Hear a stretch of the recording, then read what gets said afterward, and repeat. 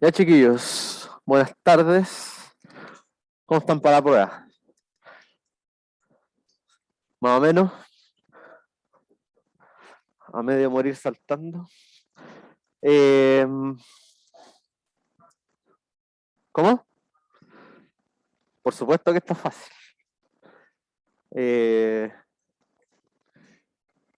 Son 5 ejercicios, están divididos en partes, pero las partes no son muy largas. Entonces, eh, no teman cuando vean los enunciados que se ven largos, pero cuando uno va haciendo al final no es tan largo cada cosa.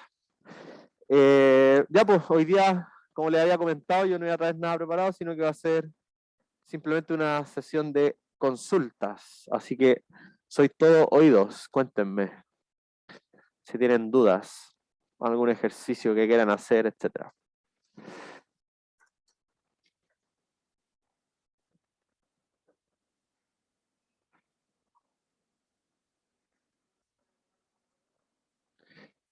Eh, no, a ver, déjame mirar, no me acuerdo cuál era la guía 5.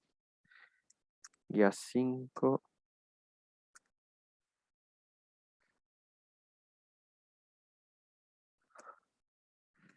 Claro, desde la guía 5. Guía 5 y 6.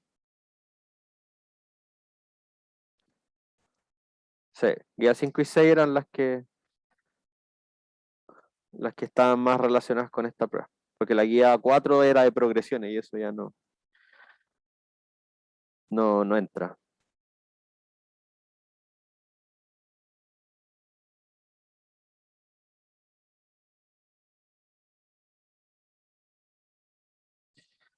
Guía 6.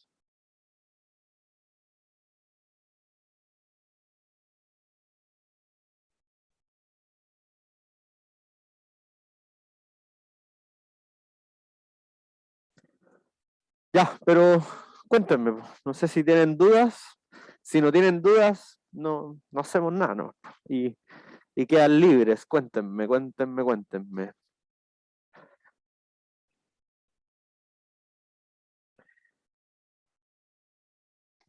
Me acuerdo que antes habían problemas de audio, ¿te acordás? ¿Se arregló eso ya?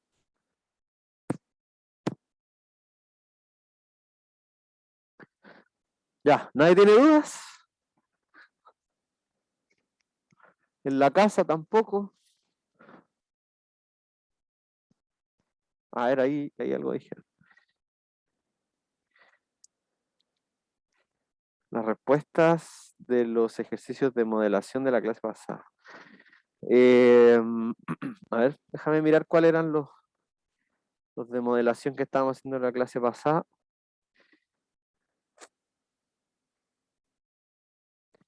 Am,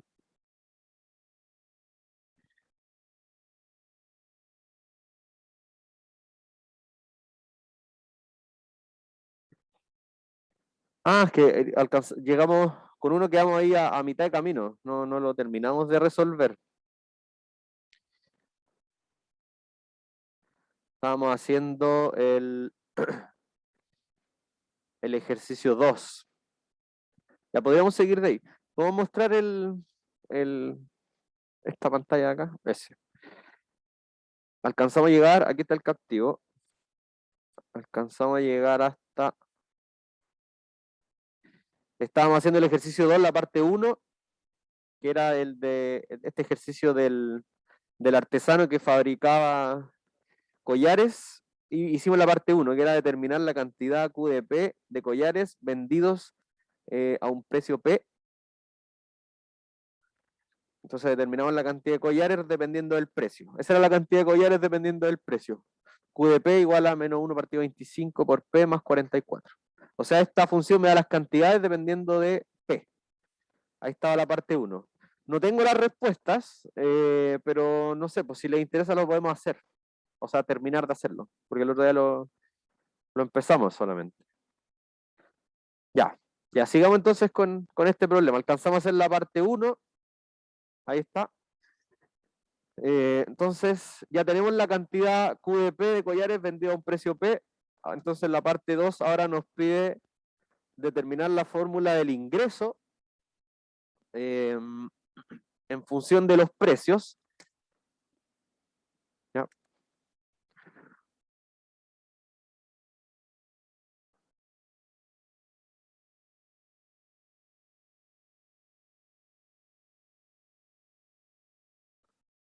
Ya, entonces, ahora vamos a determinar la fórmula IDP de los ingresos.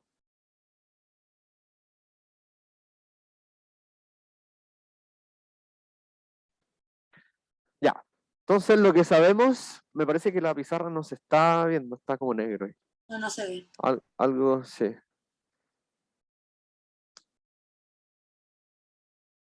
Ahí sí. Ya. Entonces, vamos a determinar IDP y lo que sabíamos era...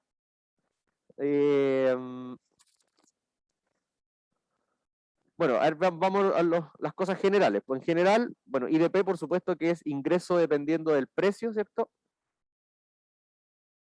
Ingreso dependiendo del precio.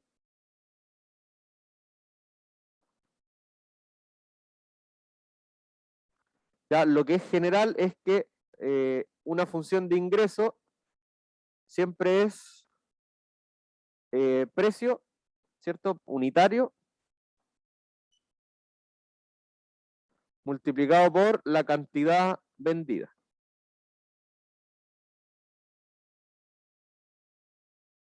Esa es la función de ingreso.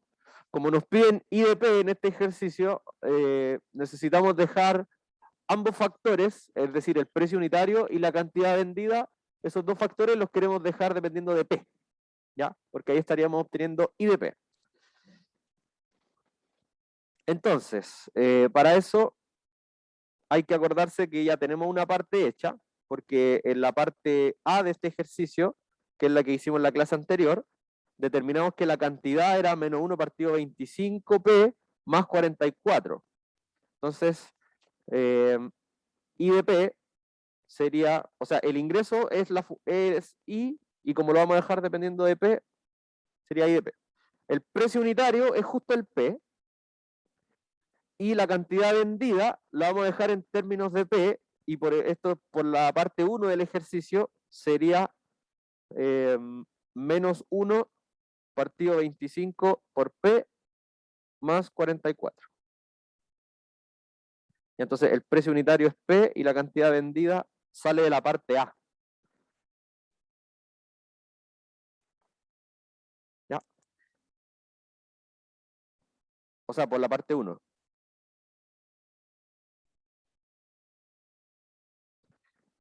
¿Sí? En la parte 1 demostramos que el Q de P, que es la cantidad vendida al precio P, era menos 1 partido 25P más 44.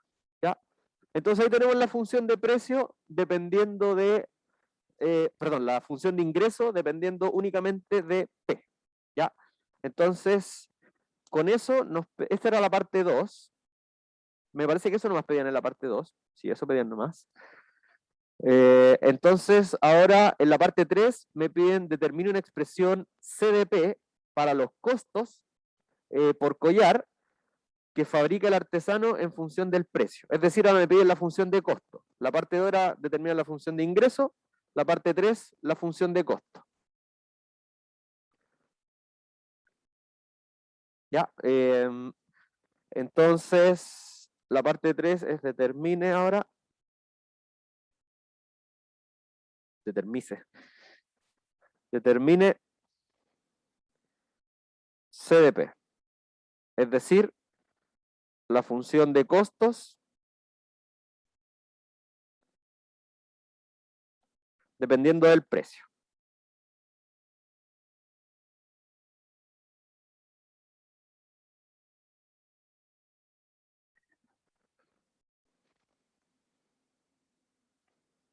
Ya. Entonces, para establecer la función de costo hay que partir con la definición de costos totales que nosotros vimos en su momento en el curso. Ya, los costos totales, pongámosle C sub T o C sub total. El costo total era la suma de dos tipos de costos. ¿Se acuerdan? Era costo variable más costo fijo. ¿Sí? Costo variable más costo fijo. Eso es como lo genérico, ¿sí? Para los ingresos lo genérico es precio por cantidad, y para los costos lo genérico es costo variable más costo fijo. En este caso, el costo fijo, ¿cuánto sería? Bueno, para saber, si quieren, pueden mirar el contexto.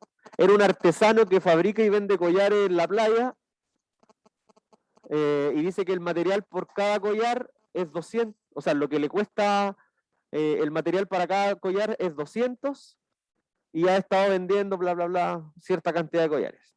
Entonces, si es que un artesano no tiene costos fijos, o sea, porque no tiene que arrendar un lugar, no tiene que arrendar maquinaria, sino que él mismo hace las cosas con sus propias manos, entonces no tiene costos fijos. Acuérdense que los costos fijos son los que se pagan incluso cuando se produce cero. Si esta persona produce cero, no tiene que pagar nada, ¿ya? Entonces, en este caso, por el hecho de ser un artesano, ¿cierto? Los costos fijos son cero, ¿ya? Y los costos variables, decía que le salía, el material por collar le salía 200, ¿cierto? Entonces, en este caso los costos variables son 200Q, donde el Q es número de collares.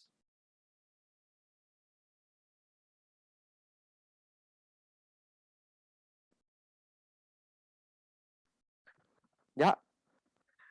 Hay un puro problema, o sea, no hay ningún problema con esta función, pero a mí lo que me piden, o sea, hasta el momento entonces tenemos que los costos totales son igual a 200Q. ¿Sí?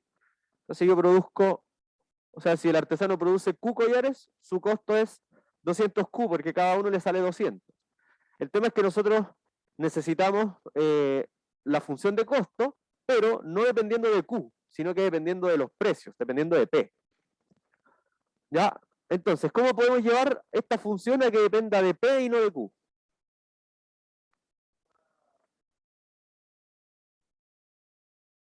Eso. Usar que el Q, por la parte 1 de nuevo, es menos 1 partido 25 por P más 44. Entonces, de nuevo,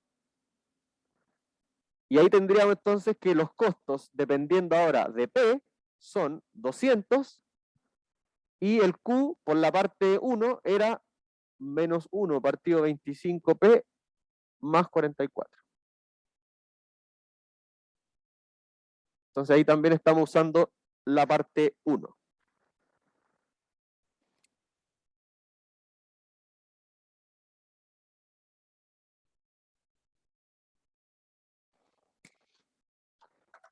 ¿Ya? Estamos entonces con la parte 2 y 3. La parte 4 es cuál es el precio que debe establecer el artesano para los collares con el fin de maximizar las utilidades. Ya, o sea, cuánto tiene que ser P para que la utilidad sea máxima. Entonces, la parte 4 es cuánto debe ser P para que la utilidad sea máxima. Dígame.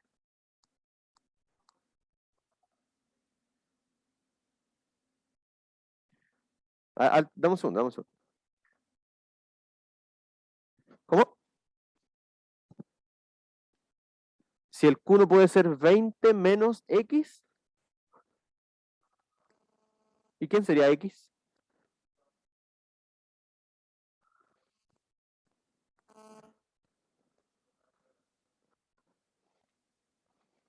En el fondo, un X serían 50 pesos. Claro. Sí, sí, me parece que sí. Sí. Claro, lo que pasa es que ahí, eh, claro. Sí, sí, sí, uno puede, o sea, lo que pasa es que depende de cómo uno defina las variables, es cómo va a quedar el modelo. Entonces, si tu X una unidad de tu X corresponde a 50 pesos de aumento de precio, las ecuaciones probablemente van a quedar diferentes, pero al sacar las conclusiones debería dar lo mismo. O sea, independiente que hayas definido de esa forma el X, cuando tú resuelvas la pregunta de cuánto debe ser el precio para que la utilidad sea máxima, eso no debiese cambiar. ¿Ya? Las ecuaciones probablemente van a quedar distintas. Ya divididas por un 50 probablemente en muchas partes, pero debería resultar igual. ¿Ya? Entonces, al menos para la pregunta 4, porque la pregunta, o sea, es que la pregunta 3 y 2 probablemente tus funciones van a ser distintas, pero van a significar lo mismo al final, teniendo en cuenta cómo son, o sea, cómo están definidas las variables. Ya, entonces, para responder cuánto debe ser P para que la utilidad sea máxima, necesitamos primero tener la función de utilidad, obviamente. ¿Ya? En este caso, la utilidad depende del precio, porque ingreso y costo dependen del precio. Entonces, la función de utilidad, dependiendo del precio, es la función de ingreso menos la función de costos. ¿Ya? La función de ingreso es la que tenemos acá a la izquierda, que de hecho si la multiplicamos sería menos P cuadrado partido por 25 más 44P. ¿Cierto? Ese es el ingreso, solo que multipliqué porque aquí lo tenía factorizado, pero ahora multipliqué así, el P con el menos 1 partido 25 y el P con el 44. Y a eso le voy a restar los costos, que es esta función que está aquí arriba. Entonces acá también vamos a hacer lo mismo, vamos a multiplicar el 200 con el primero y el 200 con el segundo. Entonces lo que vamos a restar va a ser 200 partido por 25 son 8, menos 8P, y 200 por 44 es 88, y le agregamos los dos ceros. Ahí. ¿Sí? El de la izquierda, lo que está fuera del paréntesis, es la función de ingreso, lo que está dentro del paréntesis es la función de costo, ambas dependiendo de los precios. Así que esa es mi función de utilidad. Igual podemos juntar algunas cositas, ¿cierto? Entonces, juntando lo que se pueda, esto sería UDP igual a, primero vamos a anotar el menos P cuadrado partido 25, que sería menos 1 partido 25 por P cuadrado. Los P serían 44P más 8P, es decir, 52P. Y el 8800 va a quedar negativo. ¿Ya? Entonces la utilidad es una función cuadrática. ¿Ya? Y a nosotros nos preguntan cuánto debe ser P para que la utilidad sea máxima. ¿Cómo podemos hacer eso?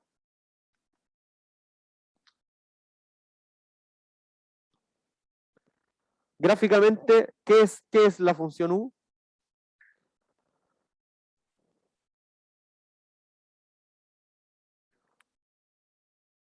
Ya, pero eso sale usando la fórmula del vértice, ¿no? Claro. Usando el hecho de que la función de utilidad es una función cuadrática y además no solo sabemos que es una cuadrática, sabemos que es una cuadrática que abre hacia abajo, porque lo que acompaña al P cuadrado es negativo, ¿cierto?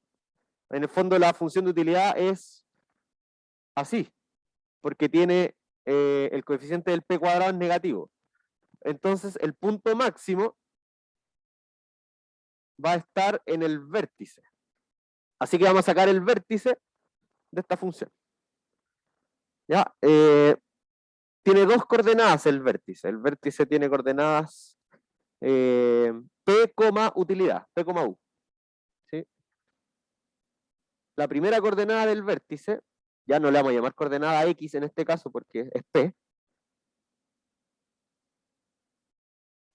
O sea, la primera coordenada del vértice es un P, ¿cierto? Que sería menos B partido por 2A. El menos B sería menos 52 partido por 2A, que sería menos 2 partido 25. Ya, así que habría que meter eso a la calculadora para saber cuánto es menos 52 partido menos 2 partido 25.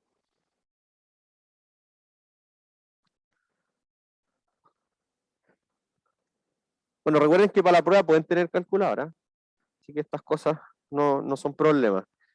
Menos 52 dividido por menos 2 partido 25.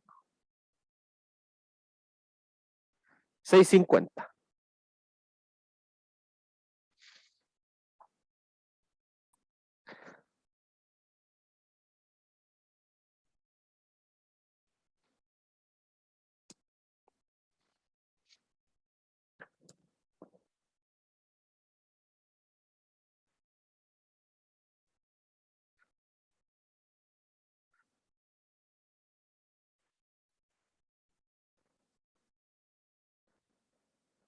¿Ya? ¿Qué es ese 650? ¿Qué está representando ese 650? ¿Y qué gracia tiene? Es un precio, efectivamente, pero ¿qué me da ese precio?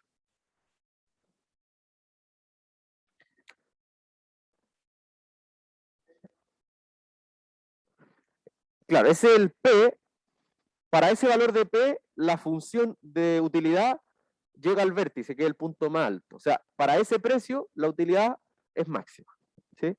De hecho, si uno lo quiere entender gráficamente, esta función es como así. Acá tenemos el eje de los precios, acá tenemos el eje de las utilidades. Si se fijan, esta cuadrática, el menos 8.800, sería por acá. Entonces, esta cuadrática tiene su máximo en el 650. Entonces, por aquí está el 650. Y esta función es como así. Y ahí no sabemos cuándo llega al 0. Pero la cosa es que cuando el precio es 650, se obtiene el vértice. ¿Cierto? Entonces, cuando el P es 650, la utilidad, que es el eje vertical, llega a lo más alto posible. Ya, por lo tanto, como la pregunta era cuánto debe ser P para que la utilidad sea máxima, o en cuánto debe fijar el precio el artesano, el precio que debe fijar es 650. ¿Sí? Por lo tanto, debe fijar el precio en 650 para que la utilidad sea máxima.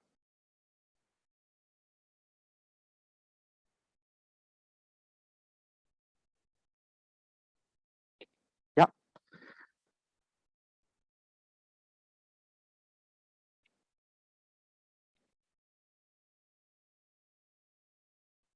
Ya, eso pregunta. Aquí en todo caso, no me están preguntando cuánto es esa utilidad máxima, pero en caso de que me lo preguntaran, ¿cómo lo puedo determinar? Porque ese es el precio que tiene que poner el artesano para ganar lo más posible. Pero ¿cuánto es eso que va a ganar al fijar el precio en 650? ¿Cuánto va a ser esa utilidad máxima dada por el precio 650? No digo que lo hagan mental, pero ¿qué hay que hacer para obtenerlo? ¿Mm? A ver, la utilidad máxima es esa altura, ¿no? Es la altura que tiene el 650.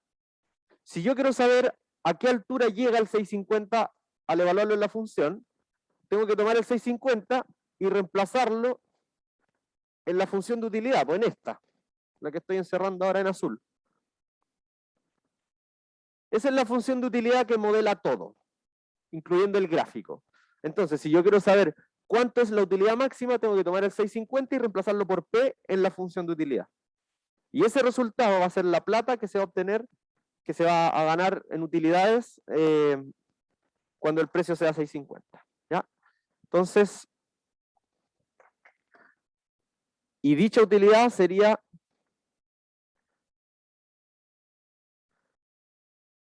es tomar la función de utilidad y reemplazarle el P por 650. O sea, sería menos 1 partido 25 por P al cuadrado, es decir, 650 al cuadrado, más 52 por 650,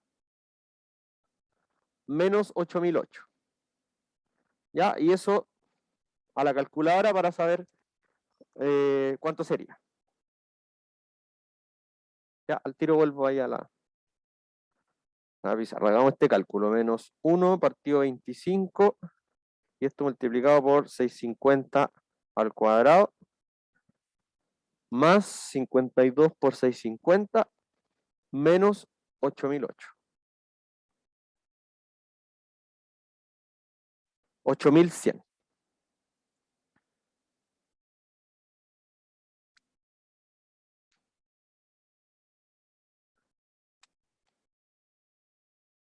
¿Ya? Entonces, cuando él fije el precio en 650, al producir su cantidad de collares y venderlos todos, la utilidad que le va a quedar es 8100. ¿Ya? Y para ningún otro precio, él va a obtener una mejor utilidad. Esa es la máxima. ¿Ya? Y esto también se puede ver en el gráfico. El 8100 es la altura que tiene ahí el 650. ¿Ya? Entonces, si se fijan, las dos coordenadas del vértice son muy importantes. La primera, el 650, representa el precio que hay que fijar para que la utilidad sea máxima. Y la segunda representa cuánto es esa utilidad máxima. Es la plata. ¿Ya? Y no me acuerdo en qué se medía aquí la plata, aquí se medía en eso. ¿Ese símbolo es de dólar? No creo. Bueno, pongámosle eso, no, pongámosle el número, sí. 8100. ¿Ya?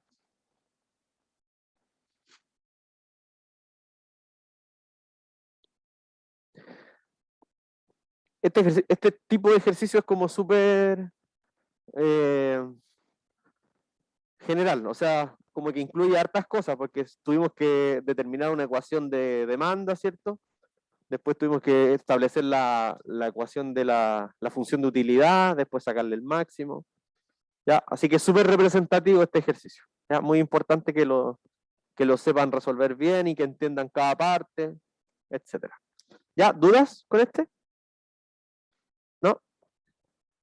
Ya. ¿Y en la casa, chiquillos, preguntas?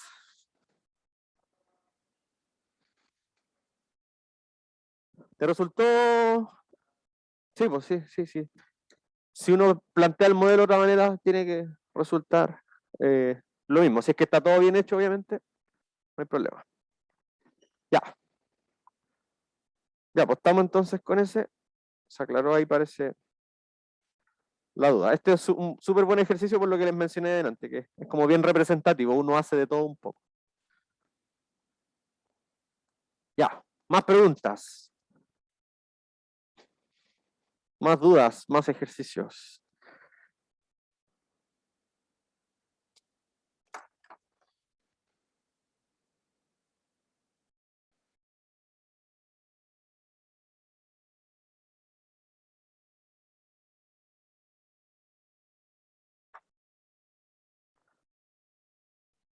¿No hay más dudas?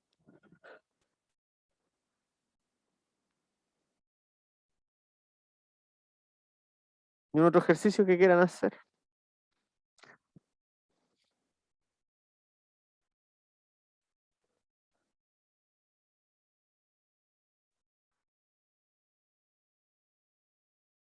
¿Demostraciones de qué estilo?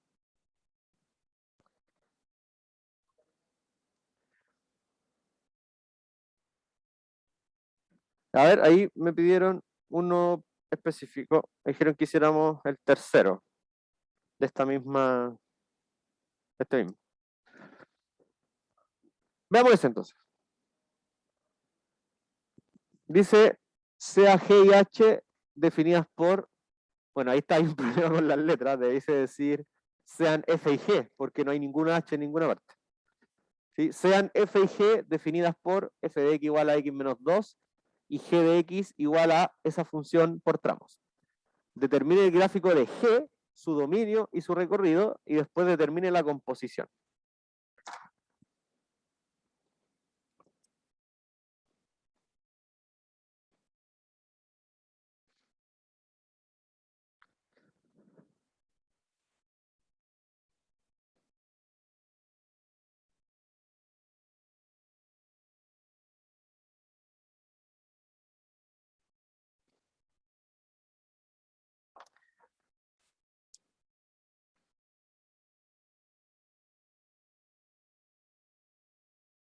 Entonces nos dan la f. La f es x menos 2 y la g tiene dos comportamientos. A veces es 1 partido x más 4 y otras veces es 1 menos raíz de x menos 3. Lo de arriba es si es que el x es menor que 3 y lo de abajo es si es que el x es mayor o igual que 3.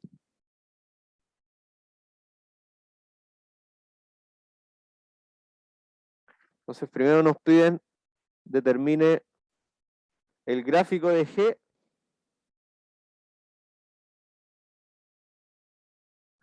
el dominio de g y rec de g.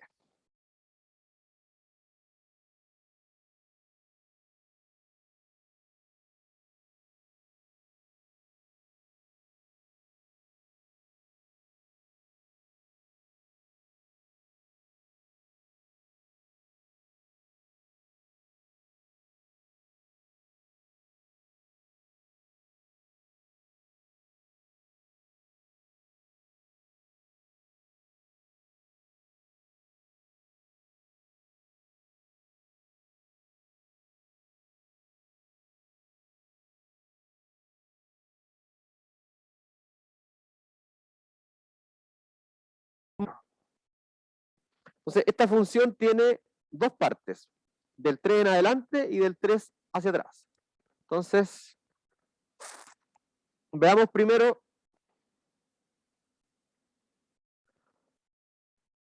por aquí está el 3.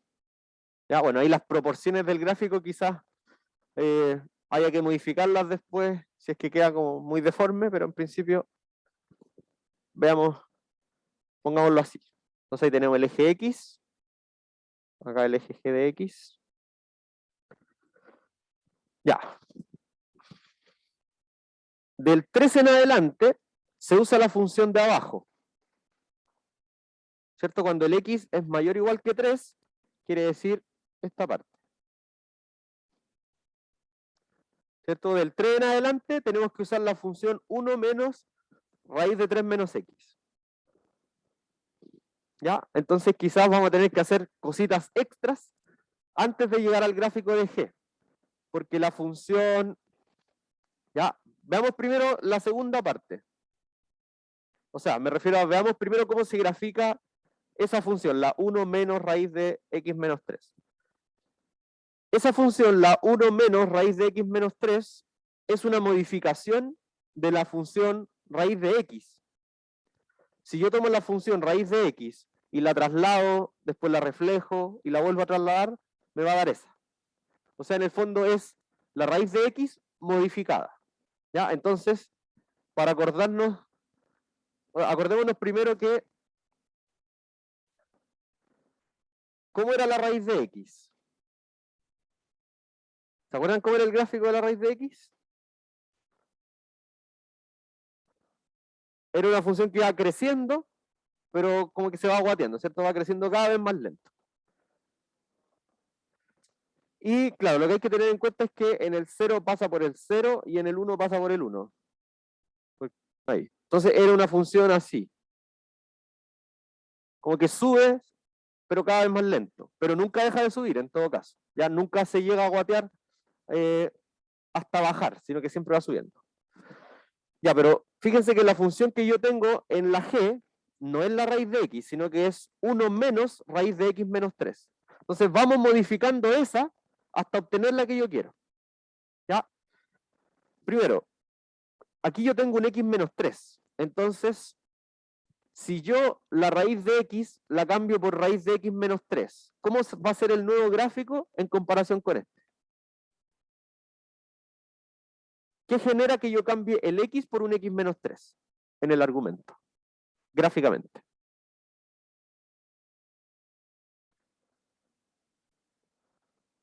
¿Cómo es el gráfico de raíz de x menos 3?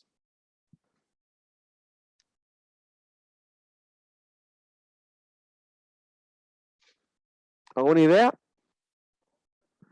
¿Qué le pasa a un gráfico si le restamos 3 en el argumento? ¿Se corre de 3 a la derecha? Se traslada para el lado, ¿cierto? De los positivos, para la derecha. 3 para la derecha. Ya, pues entonces, ocupemos este mismo gráfico para decir que, muy bien,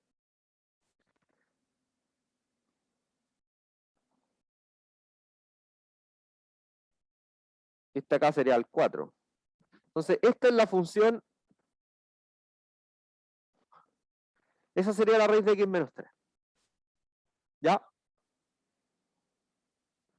Cuando nosotros le restamos el argumento, se movía para la derecha. Si es que le sumábamos al argumento, se movía para la izquierda. Horizontalmente era como al revés a la lógica. Ya. ¿Qué más? Fíjense que ahora tengo un menos. Entonces, a esta función le voy a aplicar un menos. ¿Qué pasaba con una función cuando yo le aplicaba un menos, gráficamente?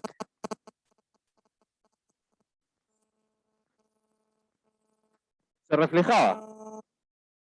¿Sí? Se reflejaba con respecto al eje X. Entonces, si esa es la raíz de X menos 3, entonces algo así sería menos raíz de X menos 3. ¿Sí? Se refleja con respecto al eje horizontal. O sea, todo lo que está arriba se refleja para abajo. Y bueno, si es que hubieran cosas abajo, se reflejarían para arriba. ¿Ya? Entonces, esta función en el 4 daría menos 1.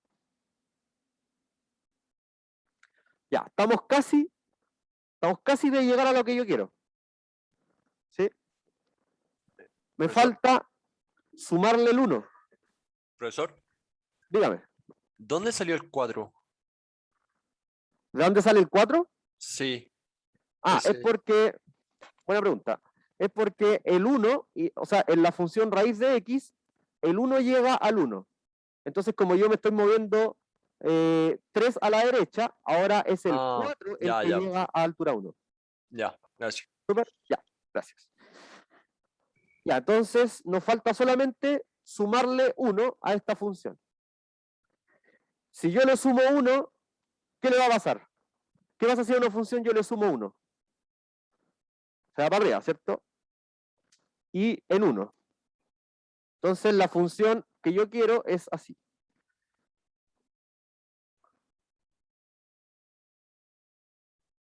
¿Ya? Y ahí en el 4 ahora va a pasar por el 0. Entonces esta sería 1 menos raíz de x menos 3.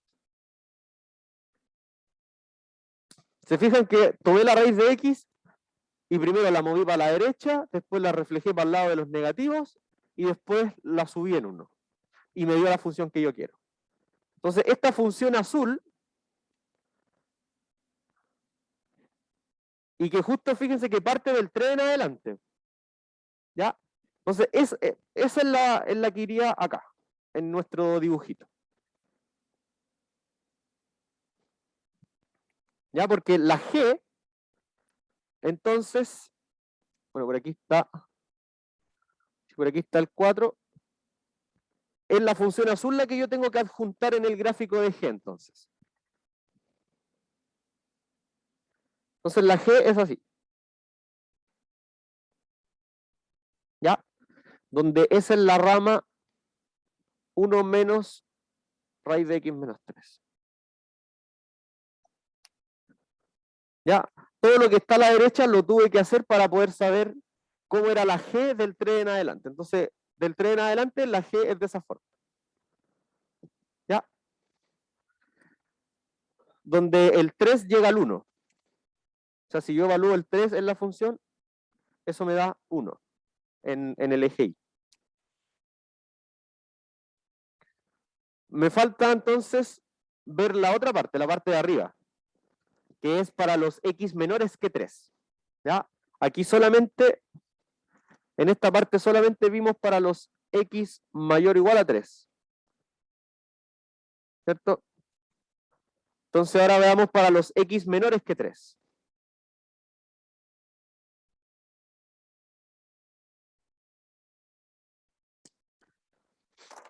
Ya, pero esta es más corta, porque la función 1 partido X más 4 es una traslación a la izquierda de la función 1 partido por X. ¿Ya? La función 1 partido por X la vimos en clases. Era así. Entonces, con esta vamos a partir ahora. La función 1 partido por X era así. Así. ¿Ya? Donde el 1 también da 1. Y para el lado de los negativos, el menos 1 da menos 1.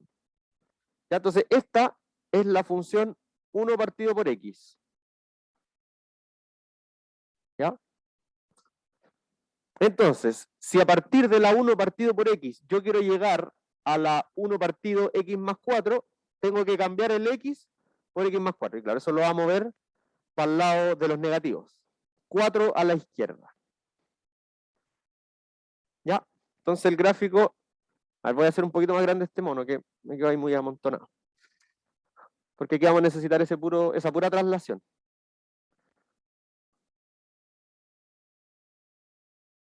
Entonces, bueno, aquí me quedo muy amorfo las proporciones del dibujo.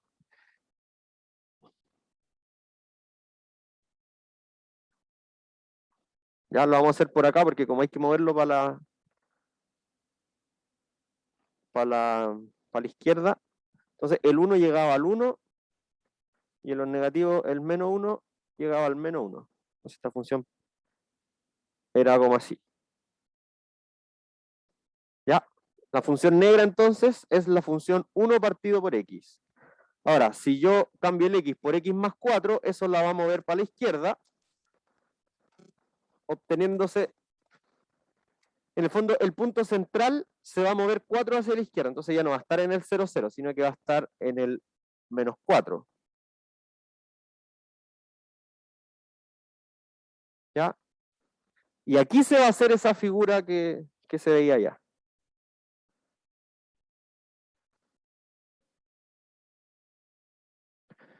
Entonces, sería una cosa así. Y aquí, por aquí estaría el menos 3. Entonces, el menos 3 ahora es el que llega al 1. La función sería como así. Y para los negativos sería en el menos 5. Sería...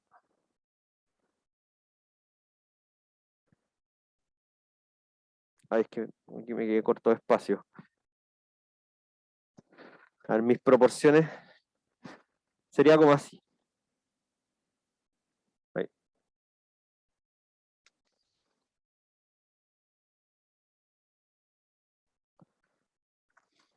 ¿Ya? Entonces esta función de acá es la 1 partido X más 4. Se movió 4 unidades para la izquierda. Al sumarle 4 al X, se mueve para la izquierda.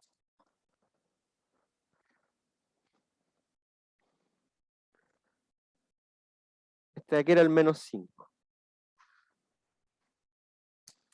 Ya, entonces lo que antes estaba en el eje Y, ahora está en el menos 4. El eje Y se movió para el menos 4.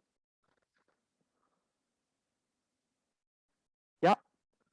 Ahora, de esta función nueva, de esta función que está como centrada en el menos 4, yo solamente la necesito para los X menores que 3.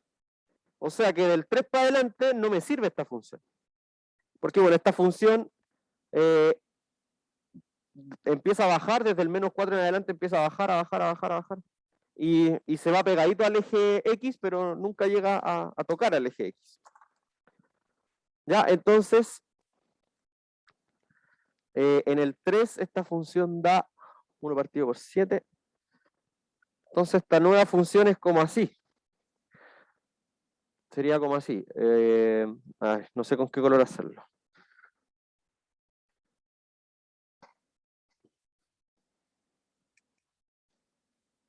Vamos a hacer con rojo. Sería así. Así, y bueno, aquí me faltó un pedacito, pero parece que sí se ve.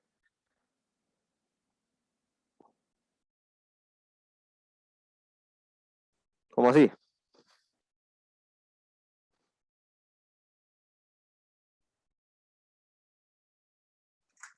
Ya, donde aquí este es el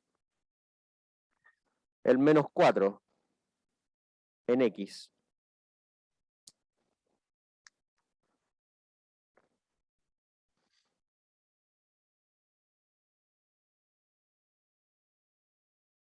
Ya, ese es el gráfico de eje. Que es un poco feo, pero es que con la pizarra ahí tan chiquitita es difícil dibujarla bien. Dígame.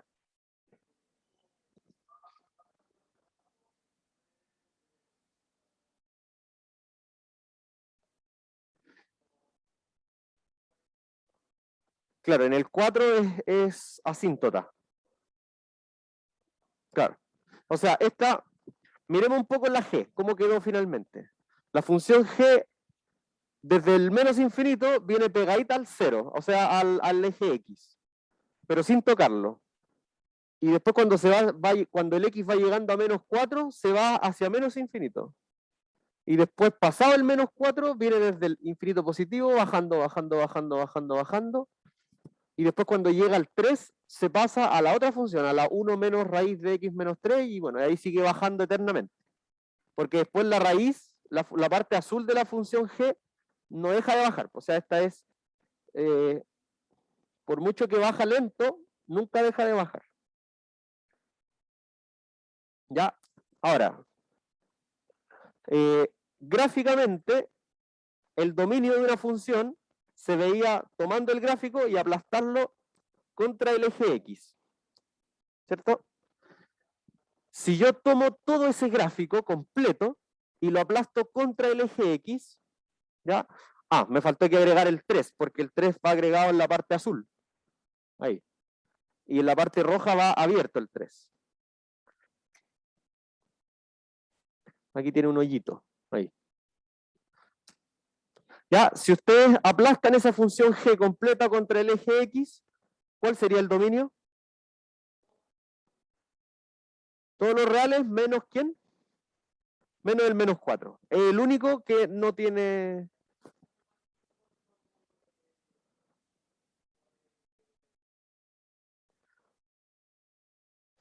Justamente, sí.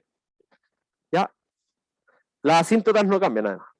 Ya, entonces, si uno aplasta esa función contra el eje X, el dominio va a ser todos los reales menos el menos 4. Entonces, esto implica que el dominio de G son los reales. No me va a alcanzar ahí. Voy a borrar el lado derecho. Lo necesito por si acaso. Ya yo de ahí igual les voy a subir la pizarra, así que no se preocupen si les faltó algo del dibujo.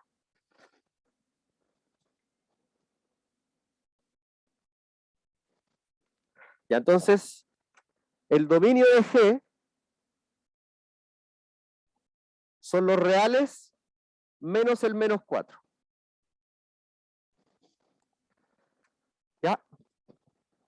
¿Y cuál sería el recorrido? Gráficamente el recorrido era tomar la función de lado a lado y aplastarla contra el eje Y. Así. Entonces, ¿cuál sería el recorrido de esta función? Si yo tomo la gráfica completa y la aplasto contra el eje Y, quedan todos aplastados. ¿Sí? Son los reales. Muy bien.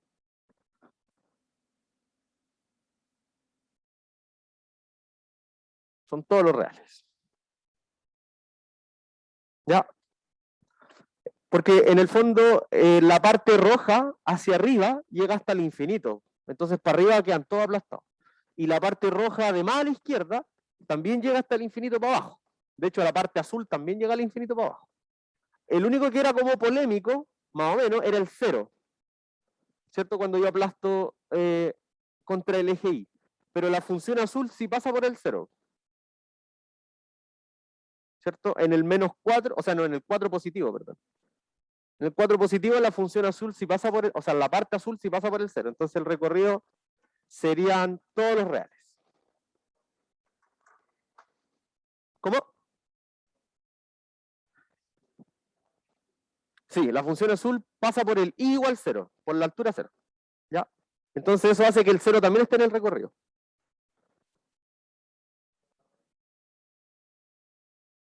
Ya. Esa era la parte de gráfico de G, dominio y recorrido.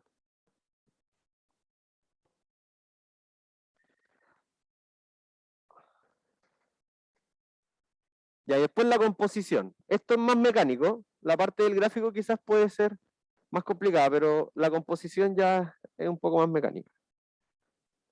Veamos la composición.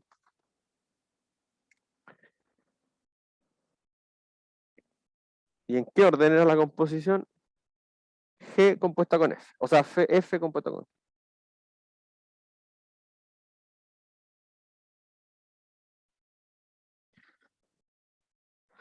Ya. Si está en ese orden, eso quería decir que el G de X va adentro del F. O sea, esto sería igual a F con el G de X dentro de su argumento. ¿Ya? Fíjense que la F la tenemos aquí al lado. La F es X menos 2.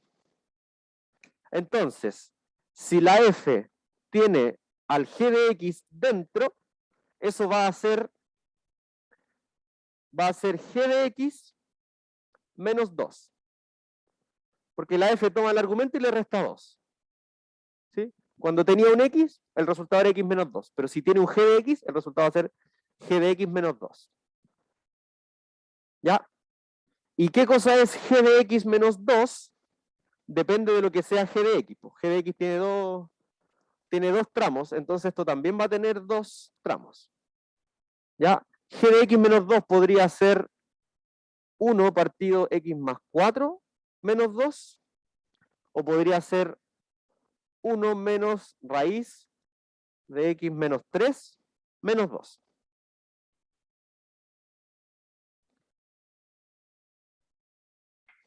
¿Ya? Esto para los X menores que 3, y esto para los X mayor o igual que 3.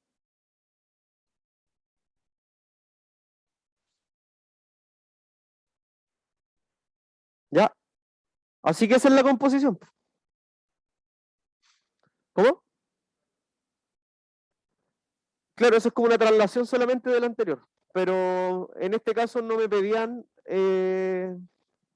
no nos pedían el gráfico de esta nueva, pero si nos pidieran el gráfico de esta nueva sería tomar el gráfico anterior y bajarlo en 2 unidades.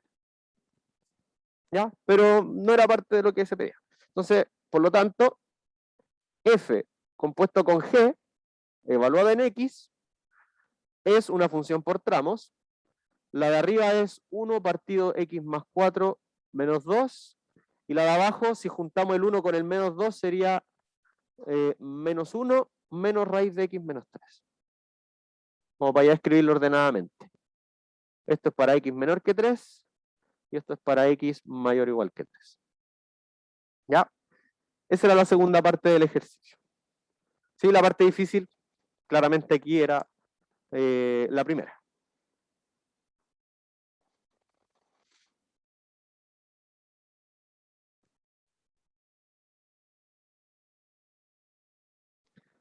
Ya. ¿Cómo?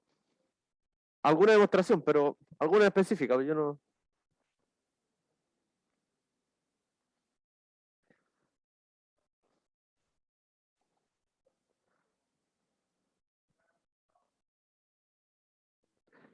En las desigualdades sí se puede multiplicar ambos lados por un número, pero depende si uno sabe el signo.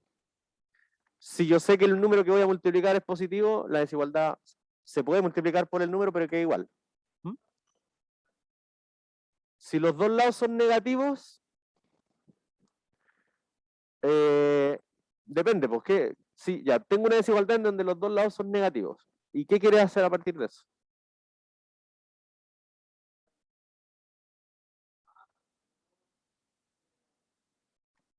A es menor que menos 1, ¿ya?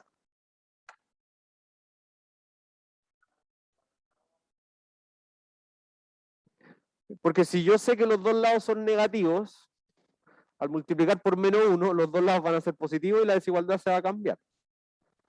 Entonces igual ahí tengo, por eso depende mucho de lo que quiera hacer. Por eso les preguntaba si tenían algún ejercicio más específico.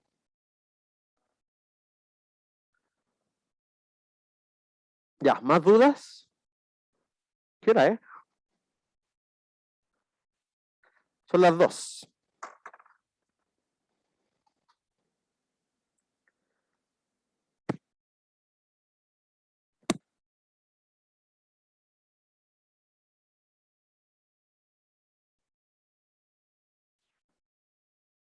Ya, bueno, quedan 9 minutos, si no hay más dudas.